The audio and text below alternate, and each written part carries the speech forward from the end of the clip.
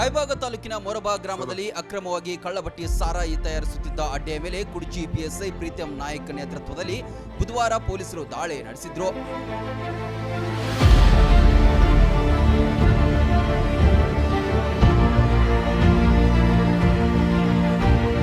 1790 litre ಕೊಳೆ, 10 litre ಸಿದ್ಧ ಕಳ್ಳಬಟ್ಟಿ ಸಾರಾಯಿ ಹಾಗೂ ಬ್ಯಾರೆಲ್ಗಳನ್ನು ವಶಪಡಿಸಿಕೊಂಡಿದ್ದಾರೆ. ಪ್ರಕರಣಕ್ಕೆ ಸಂಬಂಧಿಸಿ 3 ಆರೋಪಿಗಳ ಪೈಕಿ ಓರ್ವನನ್ನು ಬಂಧಿಸಿ ನ್ಯಾಯಾಂಗ ಬಂಧನಕ್ಕೆ ಒಪ್ಪಿಸಲಾಗಿದ್ದು ಇಬ್ಬರು ಪರಾರಿಯಾಗಿದ್ದರು.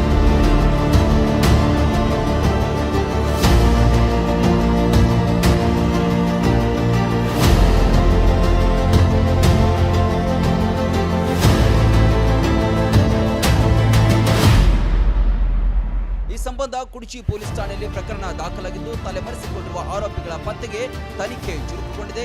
ಇಂತಹ ಕೃತ್ಯಗಳು ಎಲ್ಲೆಡೆ ವ್ಯಾಪಕವಾಗಿ ಹರಡಿದ್ದು ಎಲ್ಲೆಡೆಯೂ ಕೂಡ ದಾಳಿ ಮಾಡಲಿ ಅಂತಾರೆ ಸಾರ್ವಜನಿಕರು.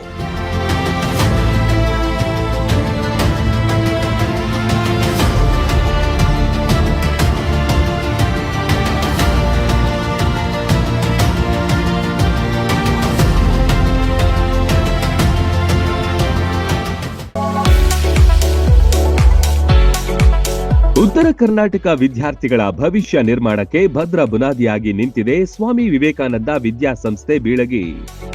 30 ವರ್ಷಗಳಿಂದ ಲಕ್ಷಾಂತರ ವಿದ್ಯಾರ್ಥಿಗಳ ಬಾಳಿಗೆ ಬೆಳಕಾಗಿದೆ.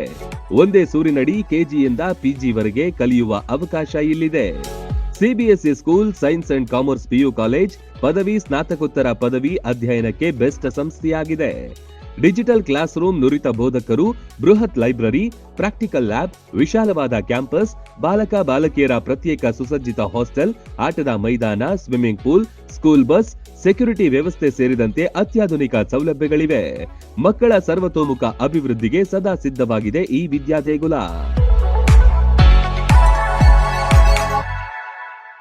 ರನ್ ಟಿವಿ ನ್ಯೂಸ್ ವಿಡಿಯೋಸ್ ನೋಡಲು ಸಬ್ಸ್ಕ್ರೈಬ್ ಮಾಡಿ, ಬೆಲ್ ಐಕಾನ್ ಪ್ರೆಸ್ ಮಾಡಿ.